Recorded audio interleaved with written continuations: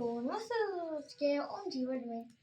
तो आज मैं विश्वेंद्र ताऊ जी के साथ उनका इंटरव्यू लेने वाला हूँ। और आज के समय में लोग आईएएस बनना चाहते हैं।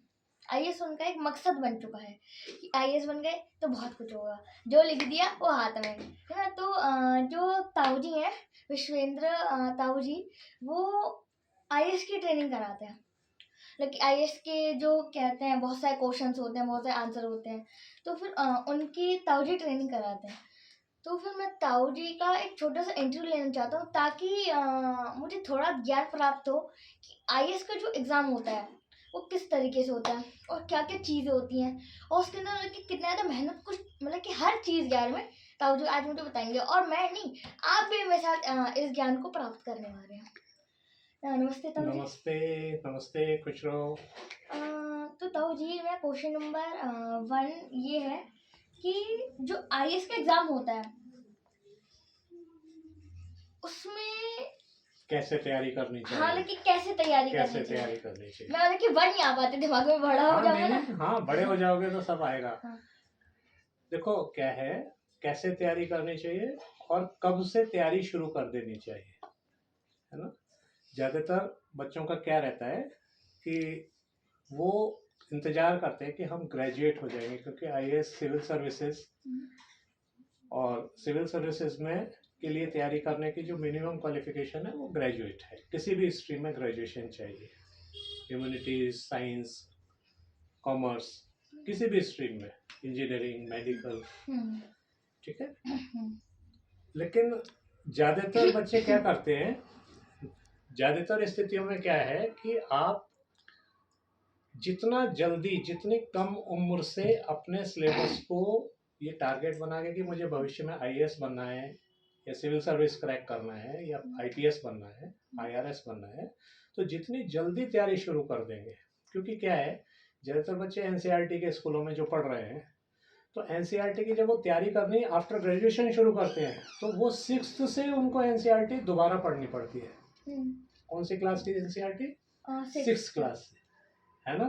तो अगर शुरू से ही वो तैयारी ठीक करते हुए चलेगा, 6th से तैयारी करता हुआ चलेगा, एक माइंड मेकअप करके चलेगा कि मुझे आइदर इंजीनियर बन के या डॉक्टर बन के या सीए बन के या मुझे डायरेक्ट सिविल सर्विस जाना है, आईएएस पीसीएस बनना है, तो मैं अभी से अपनी तैयारी शुरू करूंगा, तो उसका वहाँ टाइम बहुत बच जाता है आफ्टर ग्रेजुएशन, है ना। दोनों में अंतर हो गया ना, क्योंकि वही चीज़ यहाँ पढ़नी है, वही हिस्ट्री यहाँ पढ़नी है, वही ज्योग्राफी यहाँ पढ़नी है, वही इकोनॉमिक्स यहाँ पढ़नी है, वही सिविक्स यहाँ पढ़नी है, और वही डेवलप होते होते आप ग्रेजुएशन लेवल पर पहुँच जाते हैं। 2 स्किल्स इसमें बहुत ज़रूरी हैं जिनकी ज़्यादातर बच्चे शुरू से उपेक्षा करते हैं, और तुम भी करते होगे। कौन सी? अभी दिन में कभी कितना पेज लिखते हो दिन में? दिन में वैसे तो अगर मैं ऑफलाइन हूँ तो फिर स्कूल के हिसाब से है, वरना वैसे अगर मैं वैसे ही राइटिंग प्रैक्टिस कर रहा हूँ तो वैसे 1-2 पेज, हाँ, 1-2 पेज तो ऐसे लिख ही लेता हूँ वैसे नॉर्मली एक दिन में। नॉर्मली एक दिन में लिख लेते हैं, है ना। वैसे अगर आ रहा है तो उसके अलग बात है, उसके अलग जैसे समझो मैम ने 3 पेज भेजा है तो इम्पोर्टेंट बात क्या है, मैं ये पूछ रहा हूँ कि इम्पोर्टेंट बात क्या है कि वहाँ पर जो आंसर देना है वो टाइम लिमिट है। एक आंसर आपको 250 वर्ड में डिस्क्राइब करना है। 250 वर्ड की जो एवरेज टाइम लिमिट है उसको कैलकुलेट करके वहाँ पर राइटिंग स्पीड बहुत ज़्यादा होनी चाहिए, बहुत ज़्यादा होनी चाहिए। राइटिंग स्पीड होनी चाहिए और राइटिंग भी अच्छी होनी चाहिए, अच्छी वाली, तेज, जो कि एग्जामिनर जो कॉपी चेक करेगा उसको अच्छा लगे। दूसरी जो इम्पोर्टेंट स्किल चाहिए सिविल सर्विस के लिए, वो चाहिए आपकी रीडिंग स्किल।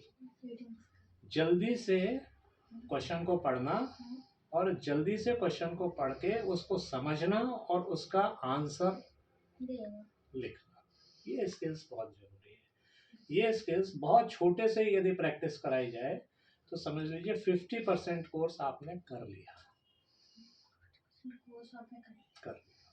मतलब स्किल्स एक बार आ गई, आप तेजी से पढ़ना सीख गए, पढ़कर समझना भी है उसमें, है ना।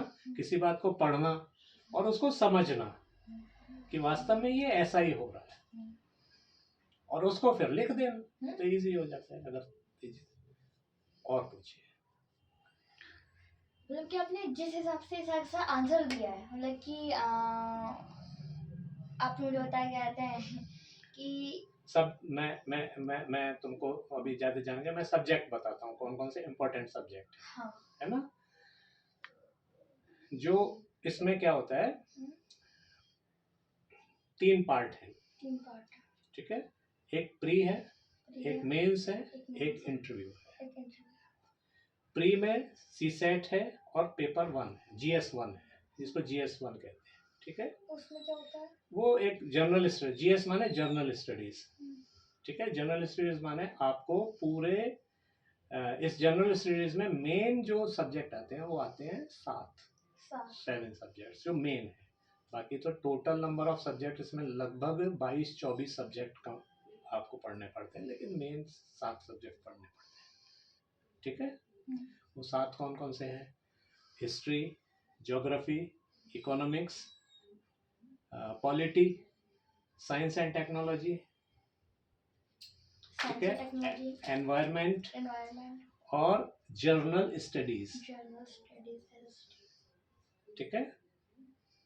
तो ये कितने हो गए? 7। अब जैसे साइंस और टेक्नोलॉजी है, साइंस और टेक्नोलॉजी में वहाँ पर क्वेश्चन ऐसे नहीं पूछे जाते कि जैसे अपने इंटरमीडिएट में या फिजिक्स के क्वेश्चन पूछते हैं। साइंस एंड टेक्नोलॉजी में इंडिया ने क्या डेवलप किया है, कौन सी नई मिसाइल बनाई है, ठीक है। आर्मी के DRDO ने क्या नए इवेंट डेवलप किए हैं, जानते हैं DRDO? नहीं, चलो आगे जाके पता लग जाए, कोई बात नहीं है, ठीक है ना। तो ये सब जो चीज़ें हैं, इन्होंने क्या क्या चीज़ें नई नई बनाई हैं और भारत को दी हैं, ये पूछते हैं। वहाँ कोई थ्योरी नहीं पूछते साइंस की। अगर इंप्रेशन ये जाएगी साइंस एंड टेक्नोलॉजी से मुझे केमिस्ट्री का कोई फॉर्मूला पूछेंगे, ऐसा नहीं पूछते, ठीक है ना। उनको कोई मतलब नहीं है इससे, वो केवल डेवलपमेंट पूछते हैं। तो ये जो 7 सब्जेक्ट हैं, ये GS1 में आते हैं, मतलब प्री में, और यही मेंस में आते हैं। मेंस में 4 GS होते हैं, GS1, GS2, GS3 और GS4। GS1, 2, 3 में ये सब्जेक्ट्स के अलग अलग डिवीजन है, एक लंबा सिलेबस है, उसको सिलेबस को जाके देखा जा सकता है। और GS4 है इथिक्स, इंटीग्रिटी एंड एप्टीट्यूड। तो इथिक्स, इंटीग्रिटी एंड एप्टीट्यूड पर आप उसको करते हैं।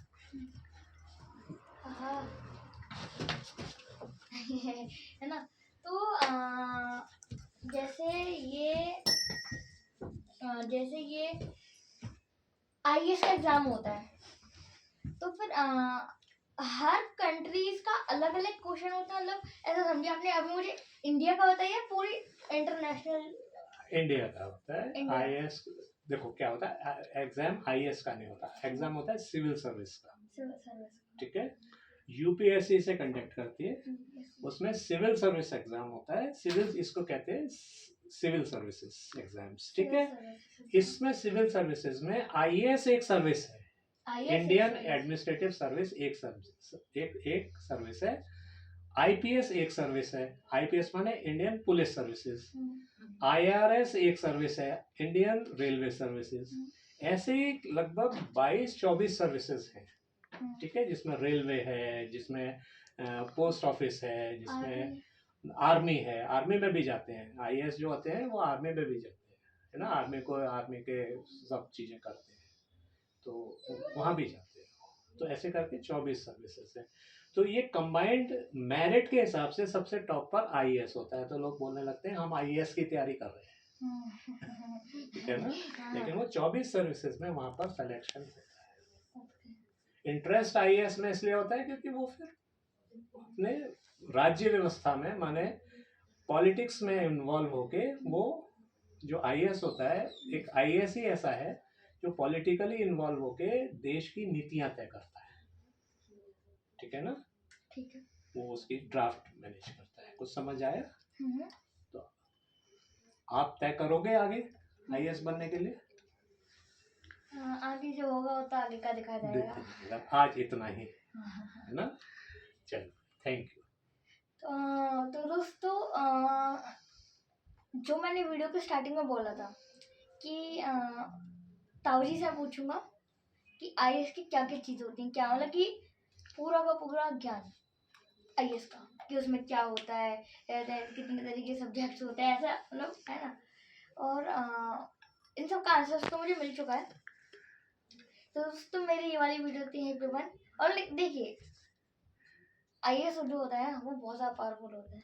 मैंने बोला था ना बीच में, कहते हैं कि जो आईएएस है वो लोग उसको आईएएस बनने के लिए भागते हैं, शुरुआत में बोला था मैंने, तो वो इसलिए भागते हैं, इसका आंसर मैं एंड में दे रहा हूँ, क्योंकि उसके अंदर ऐसे देखिए ऐसे समझिए कि मैं अगर मैं आईएएस हूँ और मैंने कुछ लिख दिया,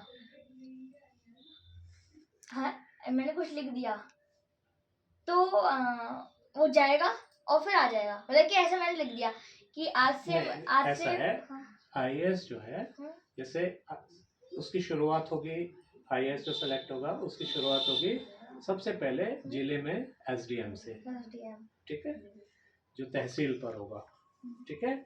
उसके बाद वो अपनी अपनी परफॉर्मेंस के हिसाब से डीएम बनेगा किसी जिले का, फिर उप सचिव बनेगा जाकर सेक्रेटरीट में, और वहाँ पर प्रमुख सचिव तक जाएगा। तो प्रमुख सचिव जो देश की पॉलिसी के लिए, जो संसद में बहस होगी या होगी चीज़ें कि हम ये करना चाहते हैं, हम देश में ये नई चीज़ लाना चाहते हैं, ठीक है। जैसे उदाहरण के लिए हम देश में जैसे अपने प्रधानमंत्री माननीय नरेंद्र मोदी जी लेकर आए स्मार्ट सिटी योजना, ठीक है। तो अब ये सोचा किसी पॉलिटिशियन ने या किसी आईएएस ने सोचा और उन्होंने प्रधानमंत्री जी को बताया कि ऐसे स्मार्ट सिटी योजना लानी चाहिए। तो इसका पूरा खाका, पूरा ड्राफ्ट किसने तैयार किया, किन्होंने तैयार करवाया, वो लोग आईएएस थे, ठीक है ना। उन्होंने लोग हायर किए, उन्होंने टीम बनाई अपनी, उन्होंने किया। तो वो ये जो पॉलिसी मेकिंग है ये आईएएस तैयार करते हैं, ये गवर्नमेंट को देंगे, गवर्नमेंट सैंक्शन कराएगी, या गवर्नमेंट कोई टॉपिक बताएगी कि आप लोग ये तैयार करो, तो उस पर वो तैयार करेंगे, ठीक है ना। तो जो वो लिख देंगे ऐसा नहीं है कि वो पास हो जाएगा, लेकिन 99.9% वो पास हो जाता है, और वो एक बहुत पावरफुल व्यक्ति होता है आईएएस। आप देखो जो प्रधानमंत्री जी के जिससे दिन में 24 घंटे में 40 बार बात करते हो, मुख्यमंत्री जिस प्रमुख सचिव से, माने प्रमुख सचिव जो उत्तर प्रदेश के हैं, उनका यदि फोन आ गया तो मुख्यमंत्री जी बात करेंगे ही करेंगे, और मुख्यमंत्री जी का अगर फोन प्रमुख सचिव को पहुंच गया तो प्रमुख सचिव बात करेंगे ही करेंगे, ठीक है ना। वो हैसियत होती है पॉलिटिकली मुख्यमंत्री, और एडमिनिस्ट्रेटिव सिस्टम से प्रमुख सचिव उत्तर प्रदेश, ठीक है ना। तो ये बहुत बड़ी पोस्ट होती है, और सब कुछ उन्हीं के हाथ में होता है, पूरा एडमिनिस्ट्रेशन, लॉ एंड ऑर्डर सब सिविल सर्वेंट्स के हाथ में होता है, सारा डेवलपमेंट सिविल सर्विसेज के हाथ में होता है, ठीक है ना। और वो फिर वहां से संसद में या विधानसभा में कोई नीति तय हुई, पास हुई, स्कीम बन गई, वो नीचे आके लागू हुई, तो नीचे आएगी तो उसको भी अप्लाई करने की भी व्यवस्था जो है वो पूरी डीएम के हाथ में होगी, सीडीओ के हाथ में होगी, एसडीएम के हाथ में होगी, ठीक है ना, सीधे। इसलिए वो एक बहुत पावरफुल पोस्ट है, बहुत पावरफुल सर्विस है। जो आपने एसडीएम का, तो फिर एसडीएम से दिमाग में याद आया कि आईएएस जैसा और कोई वो होता है, आईएएस जैसा और कोई आदमी, और कोई सर्विस? हाँ और कोई सर्विस नहीं, आईएएस जैसे और कोई सर्विस, आईएएस तो आईएएस होता है। सब अपनी अपनी तरीके की स्पेसिफिक सर्विस होती है, ठीक है। और आईएएस जो है वो वर्ल्ड की टॉप क्लास कंपटीशन है। अभी तक इतना टफ, इतना प्रेस्टिजियस कॉम्पिटिटिव एग्जाम पूरी दुनिया में किसी देश में कहीं नहीं होता आज तक।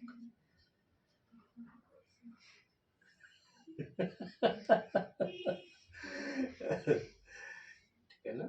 उसमें लगभग 22-24 सब्जेक्ट्स पर क्वेश्चन पूछे जाते हैं, और मोदी जी ने तो एक सब्जेक्ट है उसमें इंटरनेशनल रिलेशन, जो मोदी जी ने इतना ज़्यादा बड़ा कर दिया है कि वो तो विदेशों में घूम घूम के रोज कोई ना कोई इंटरनेशनल इवेंट हो रहा है, और वो सब इस सिलेबस का पार्ट बनता जाता है। तो आईएएस क्रैक करने का एक बहुत अच्छा फॉर्मूला है कि आप बहुत डेप्थ में और बहुत कंसंट्रेशन के साथ डेली न्यूज़पेपर पढ़ें। आप अगर डेली न्यूज़पेपर पढ़ेंगे तो आप हो जाएंगे। ठीक है। अच्छा ताऊ जी, अ, आप लोगों को बताते हैं कि ऐसा होता है, पर आपको किसने बताया? हमने जब तैयारी की थी तब हमको स्कूल से पता लगा था, लेकिन तब इतनी सुविधाएं नहीं थी। आज जितनी सुविधाएं हैं, आज कोचिंग इंस्टीट्यूट है। हमारे टाइम पे केवल इलाहाबाद था, उस टाइम केवल आप इलाहाबाद जाना पड़ता था। अभी क्या है, दिल्ली एक बहुत बड़ा सेंटर बन गया है ना। हर शहर में और सेंटर अब है। हर शहर में भी सुविधाएं हो गई हैं, आपको किताबें अवेलेबल हैं, ऑनलाइन सुविधाएं हो गई हैं, है ना। तो आज की तारीख में आईएएस की तैयारी बहुत अर्ली एज पर शुरू कर देना एक इजी टास्क है। जैसे मैं हाँ, जैसे तुम।